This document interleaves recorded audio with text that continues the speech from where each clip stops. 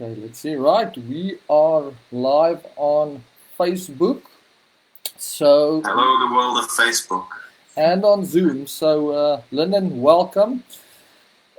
This is the Yes. first time. Oh, check your internet. Your internet connection might not be suitable. No, we are live.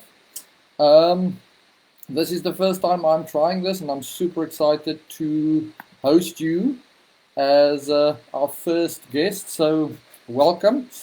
For those of you Yes. who do not know Lyndon, Lyndon is, in my opinion, one of the most famous motorcyclists in the world. Ah, And more than that, making me blush.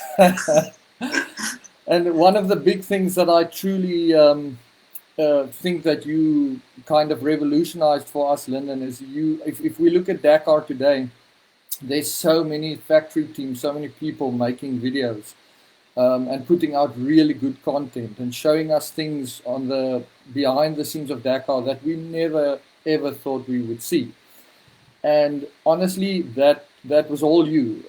You started that revolution. So thank you for kind of showing the world that because certainly for me it inspired me to get way more into this. So that's Yeah. Lyndon Poskitt. He's done Nice. three Dakars.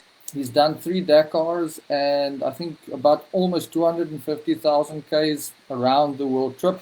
Only person to do 11 rallies, I think, in all the Yeah, continents. 11 competitions, yeah. Yeah. So, and that's also we met at the Kalahari rally. I met my hero. It was really Yeah, nice to a long ride with time him. ago.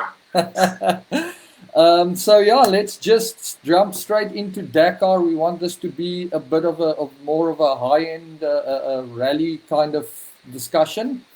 Um, so let's take it just as your impressions right now as what is going on at Dakar. If you don't mind sharing that with us, Lyndon. Yeah, for sure. I mean, I've probably not watching it as closely as I have done in previous years, just because I'm pretty busy and hectic right now. But obviously, I've got three bikes there Hmm. from Lyndon Poskitt Racing, so I'm keeping an eye on those and talking to those teams as well and those individuals. So just keeping my eye on that, and obviously interested in what's happening at the front. And definitely in the last couple of years with the rule changes, we've seen a little bit of change. We've seen a change in tactics. We've seen a change in uh, before everyone was always pushing for stage wins. Now we see people actually wanting to finish between fifth and 10th, Hmm. and because they realise that stage wins happen to different people throughout the rally, and it's better to actually just get a consistent placing all the way through the rally, and there's probably a good chance that you'll win. So Hmm. a little bit of tactics coming into it, the stronger, even more so this year. Hmm. I have to say, it seems like there's fewer. It seems like the level of competition has continually kept stepping up. Hmm. So what I mean by that is like there's fewer people that are just going for the adventure. There's more people going to compete. So if you look at the times, like I think I was looking today at like I think 50th place was only 30 minutes behind the leader. So Hmm. 50 places within 30 minutes on the Hmm. longest stage of the rally.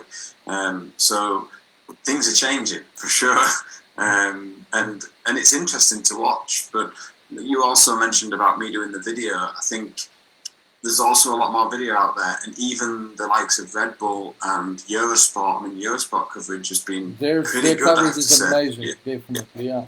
So I think, a lot of things are changing. The organisation, while they are a big organisation that's about making money, they also want to make it right, Hmm.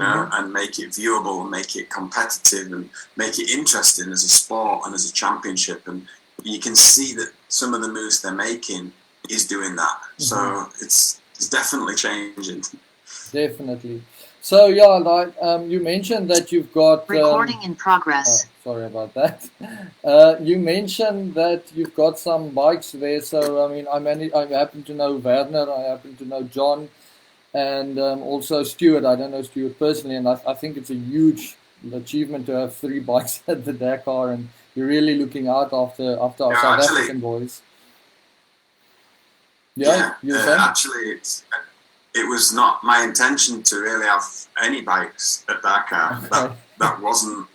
It actually just it came about by Werner contact. Well, first of all, I think the first person to contact me and speak to me was Kirsten Lang. Okay. Yeah.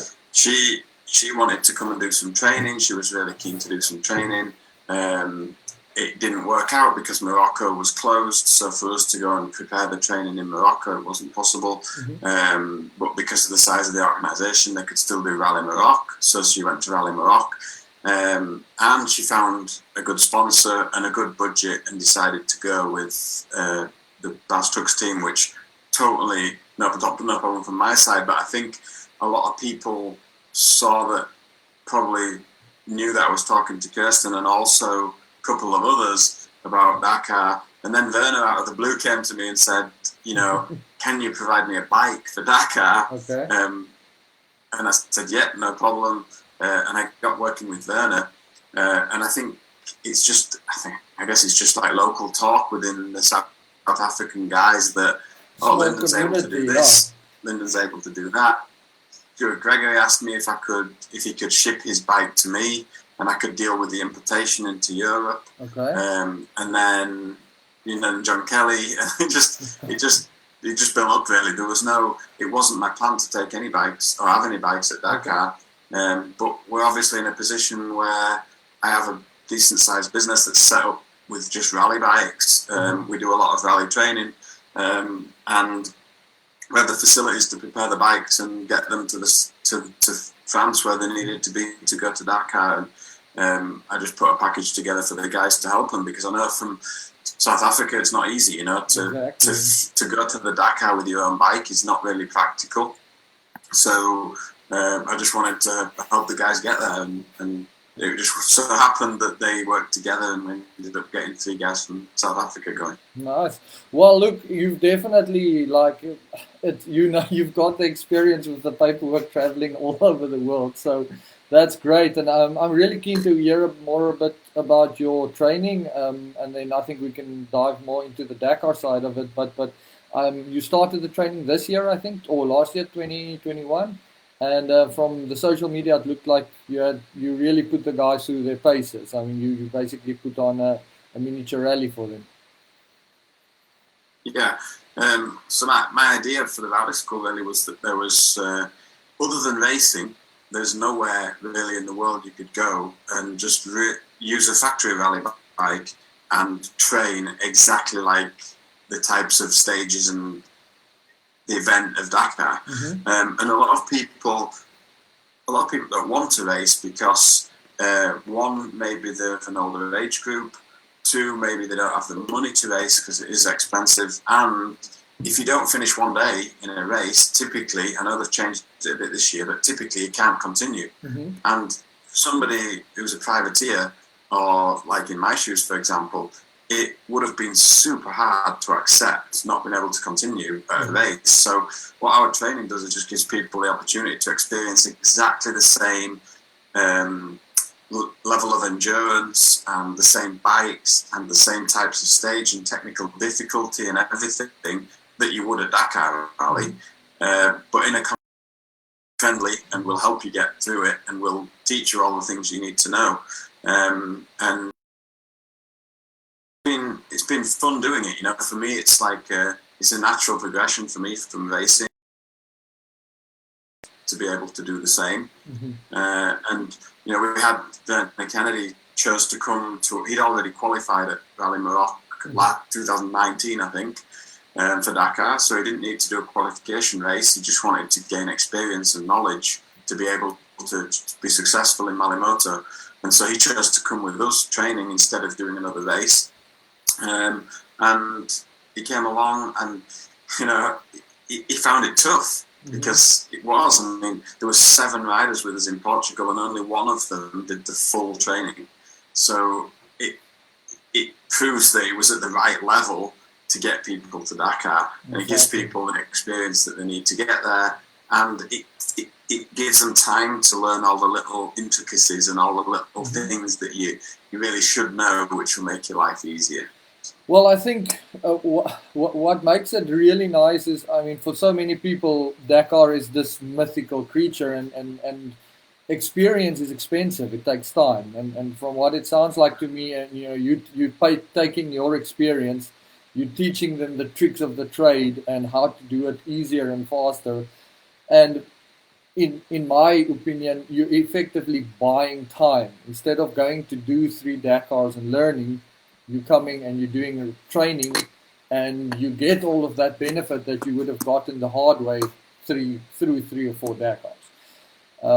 So Sure, that's exactly what it is. It's accelerated learning is mhm. what it is. I love it. Well, well, I've always wanted to come to Spain, so we'll see you. I'll come and visit sometime. Yeah, We've got something similar that we do only over a weekend, and it's more of a introduction to rally. yeah, So getting the guys from zero or from GPS into what is rally about. So very relaxed, but still running it as a simulation, but not yeah. nearly on the level that you're doing. So. But so jumping into to Dakar right now, I mean, today was fast. I spoke to a Yeah. few guys and they said it was so frustrating because just as you really get going, something that would look on the notes as like it's very simple and straightforward, and you look at it and you're like, oh, that'll be fine, and all of a sudden you're in it and it's just difficult. So I think it's like these little traps that the organization are putting in to slow the guys down, which it seems to be working. But the guys say, and the wetness in the sand, I think today really made them faster than everybody thought they would be. Yeah, for sure. And you can see the road books have changed a lot from when I did it in 2017, 2018. The other day I found a set of 2013 road books from Dakar, and I was just having a quick look through. And we build our road books for the training school exactly the same way that Dakar do them now. And it's completely different to what it was 5 years ago. So it's really interesting to see how it's changed. And the biggest thing with our training that we do is like the biggest issue most riders have is they try to ride faster than they can navigate. Mm-hmm. And that's when all the problems start. And the hardest thing is getting people to slow down. And in actual fact, if you slow down and get your navigation right, you will be faster anyway. Mm-hmm. So that's the kind of process that I would say 80% of the riders that come to the rally school have to go through is slowing down before they can get faster. Mm-hmm. And I think that's what a lot of people struggle with in rally racing is reading the road book and being able to read the road book and ride fast at the same time. Mm-hmm. And I think that, I mean, the best person, it seems like this year doing it as far as a rookie is Mason Klein has really been. He seems to have gotten that, and I know him a little bit, and I know that they've been training. Himself and Skylar House have been training out in the US quite extensively, and I think he seems to have cracked it. But I mean, he trained really hard, and it seems to be paying off. So Yeah, I think it's really nice to have. I mean, we've got Bradley Cox from South Africa as well. So there's quite a few rookies in the top. And like you said earlier, the competition is tight. So well, it definitely kind of shows to me that we're also seeing almost like a return to the old days of Cyril Dupre and Mark Coma, where planning ahead and planning your race is becoming more important. I know that Daniel Sanders, I think they call him Chucky, he just parked before the stop the other day and waited. He's like, no, there's no way I'm leading out tomorrow. So I feel yeah, like that's making it a bit more interesting, but I'd love to hear your comments on that. yeah. Well, I think the new rules with regards to no map men handing the road books out at the start of the day, it does create a little bit more of a level playing field. So everyone's in the same boat. So they don't have any notes, they don't have any advantages. So what we're seeing the likes of Bradley Cox and Mason Klein, and to some extent Danilo Petrucci. you know, Mm-hmm. let's not forget this is his first race. I mean, he's not even been doing rally racing, I know. and what that new rule has done, it's allowed those extremely talented riders to compete with the best of the best Whereas if the map men were still there, what we'd see is we'd see them at the back of the best. Mm-hmm. And that's what we saw for years, where we saw always the people on Eurosport and the people on the television were just the Red Bull guys and the HRC guys. And because there was no chance that a privateer, even if they've got big sponsors and they're with someone like HT Rally Raid or Baz Trucks team, Baz Dakar team, they would never have a chance to get up there. Mm-hmm. Now we've seen they've got that chance to get up there, and I think for the sport that is brilliant, because let's face it, the sport needs young new people coming in. You know, we've got Toby Price that's been here for years. We've got riders that have been here an awful long time, and they will be replaced. It's natural, you know, progression for the teams that I'm sure KTM, Gas, Husqvarna, Honda, Yamaha, they're looking for new talent.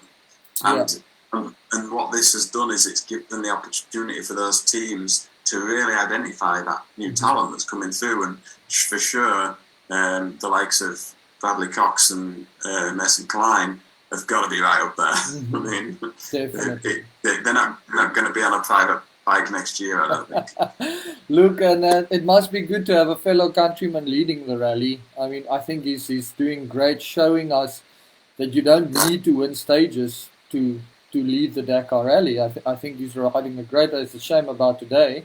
And just touching on that, what you said about Daniel Petrucci earlier, I don't think in MotoGP they worry about speed zones, because see, you got like 15-minute speed penalties. So yeah, he's still learning. That's a steep learning curve for him. He should have come to your training. But to see Sanders doing that well must be not. I mean, I think it's great for UK and for the UK riders. There is some. I mean, you guys had Simon Pavey. Was he not also from the UK, or is he? Yeah. I mean, Sunderland and Pavey was from the UK. Pavey did like 10 or 11 Dakars, I think. But you know, we've had some fast riders in the past. John Deacon. So there's been quite a few, you know, competitive riders at Dakar from the UK. But it's great to see Sam up there. I think seeing Sam change from KTM to Gas was pretty surprising. But it's probably a tactical move from Austria, really.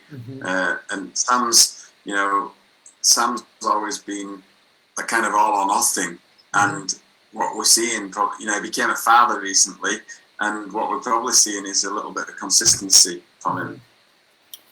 Yeah, I think it takes. I mean, I don't know the stat of how long it takes guys to win Dakar, but I mean, like you say, that kind of getting wiser and getting more aged, I think helps you in winning a race like this, because I mean, there is nothing like that on earth. I mean, that's why we love it and why it's so intense. But for sure, the older you get, the more you close to the throttle. For sure, like it's you become wiser. You become more, you know. Think about like Toby Price. You know, Toby had a big crash last year. You know, and for sure it makes you think differently about the way you approach things and the way you attack things. So it'd be interesting to see how the rally unfolds.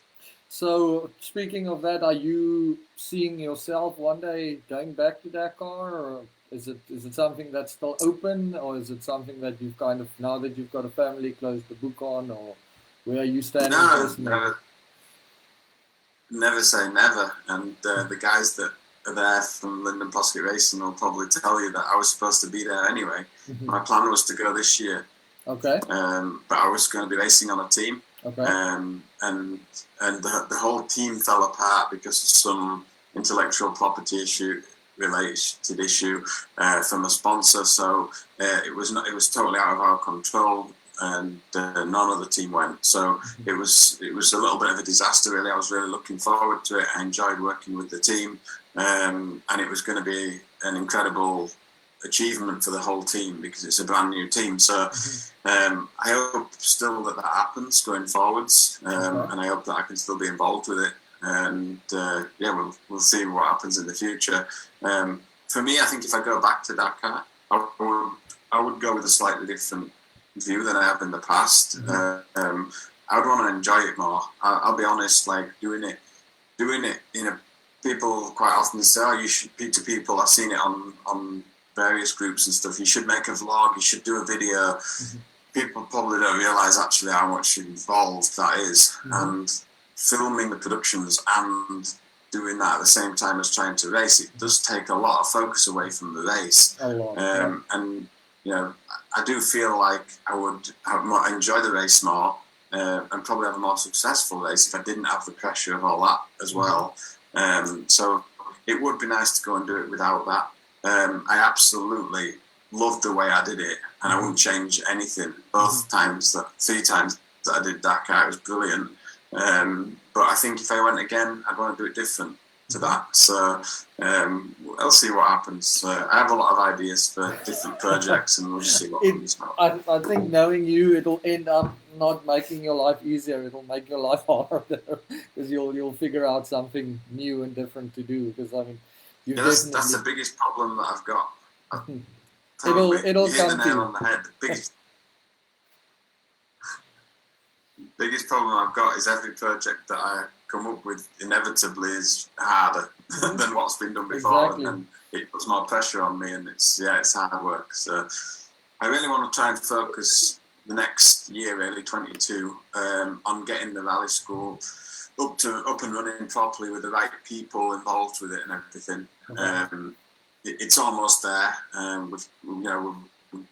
Tomorrow probably we're going to launch the calendar for 22, and it's already filling up fast. So and we haven't even launched it yet. So that's what I'm going to be focusing on for sure next year. But we have got a race in there next year with the whole team, so that should be fun as well. Can you share with us what race that is that you guys are going to do? Or we're going to do the Hellas Rally. We're going to do the Hellas Rally together as a team. Okay, awesome. That'll be exciting. So that should be good. Yeah. And so getting back to what's happening right now at Dakar, when do you think is it? I mean, we saw Euro's first stage win yesterday, I think it was. And I mean, those guys are pushing out a few thousand bikes a second. I heard a statistic the other day. They were on volume, they're one of the biggest bike producers in the world. How long do you think it's going to be before we see a less established brand like take a win at Dakar? Do you think it'll ever happen, or do you think it's just going to be just always in the background? I honestly feel if it's going to happen, it will. At the moment, I think it will happen through luck and a bit of attrition, more than us seeing full-time stage wins from the moment. Hero for sure are doing a great job. They've got a great bike, and so we're just. I don't know. I can see that this has probably given them a little bit of a boost, getting a stage win for sure. And it wouldn't surprise me if we see some riders possibly venturing over into the Hero team to try and really boost that for the coming Dakar in 23 maybe. Wow. And the thing I've been personally most excited about the entire year is the new RFR, the new rally bike from KTM. I've only seen pictures. I don't know how much you know about it or if you've seen it. It seems to me like they want to make the bike lighter and kind of get the chassis to move a bit more because the rallies are getting more technical. What's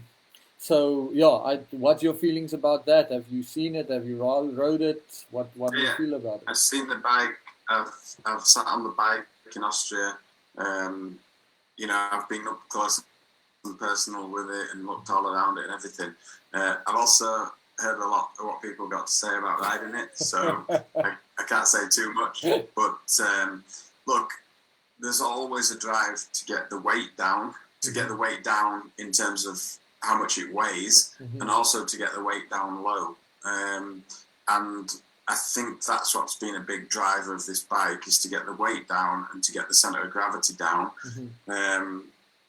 There's no getting away from the fact that the trellis frame was good and is good, and it's extremely stable at speed. And I can even see it on the television footage. If you watch Sunderland, if you watch Sunderland going across some choppy terrain on the new rally bike, the bike is twitching like this all the time. You watch Sanders on it, it's just like a rocket. But the new bike will definitely be more agile in the technical stuff. So it's a trade-off, and I think what we're getting to now is we're getting to the point where there comes a point where weight and weight distribution and physical dimensions and everything comes to a crossroads between agility and stability, you know, and they've probably hit that crossroads, and I genuinely think they're at that crossroads and they're struggling. Like, they've got to make a decision. KTM won't want to not release that bike now going forwards, because they've made it, you know. They've produced it, they've introduced it to the rally world, and they won't want to go backwards. So they've probably got some work ahead of them to really refine that chassis even more.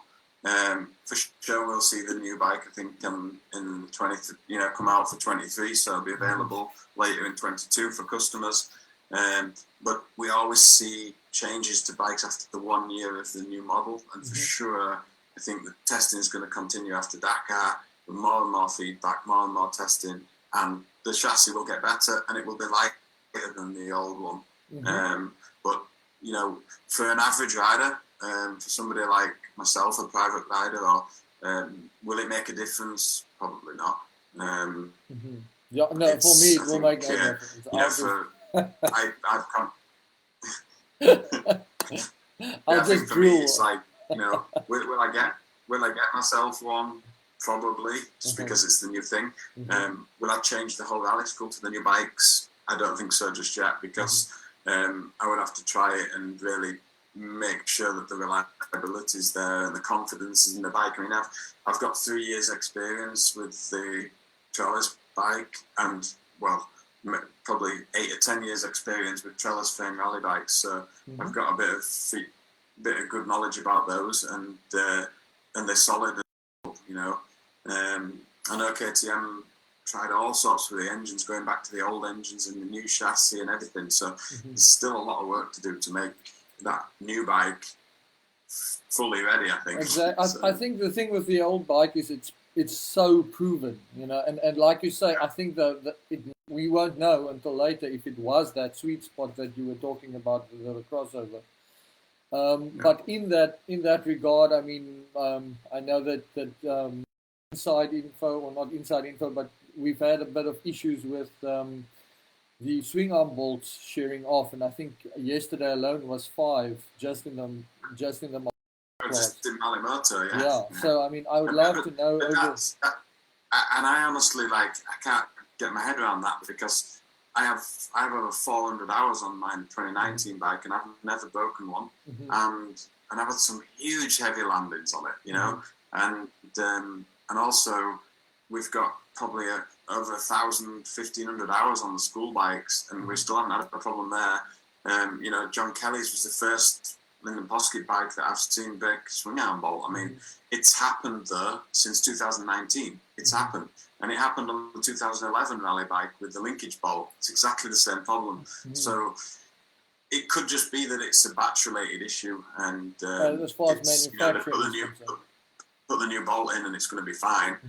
In which case, it's just a heat treatment issue on the new bolt, on the old bolts, or the 2021 bike bolts. I don't know, without looking into it, whether it was just the 21 bikes that suffered, but for sure there's been an issue with swing arm bolts. But it's not new; it's been happening since the bike first came out. So I think we just have to see how it unfolds. Yeah, look, it would be super scary. I don't know how they found it out without, like, you know, without checking. Obviously they checked, but I mean, it's a scary thought. I can show you here real quick. I can show you how they found it out. Basically, if I can get you see my phone, you can basically see it sticking out there. Oh, so they felt it on their boot. Yeah, basically you could just it works its way out until it hits your boot. But thankfully, I mean, it's not like okay, it's not great, but it's not like uber dangerous. Like, it's not even if it comes out of the frame at one side, but the engine still holds the swing arm in place. So it puts a lot of extra forces on the engine, which is not great. But it means that because it's got to go past your boot as a rider, it's not actually going to come out and cause some catastrophic crash. It'll definitely. The worst case is if you just kept riding that forever like that, and it was not connected at one side, it would probably break the engine cases, and that could be disastrous. I mean, it could be a big issue. I think it'll play havoc with your mind though if you're jumping through the dunes and you've got a bolt sticking you in the boot. I think John and Stewie will be looking down now and again. The whole rally. Listen, man. So we budgeted or worked for only for like 40 minutes, so we only have a few minutes left. I just want to jump in here. So on Facebook, if any of you guys have any questions, a friend of mine that he's looking at doing Dakar, I think around 2025. I hope I'm right, Yuri.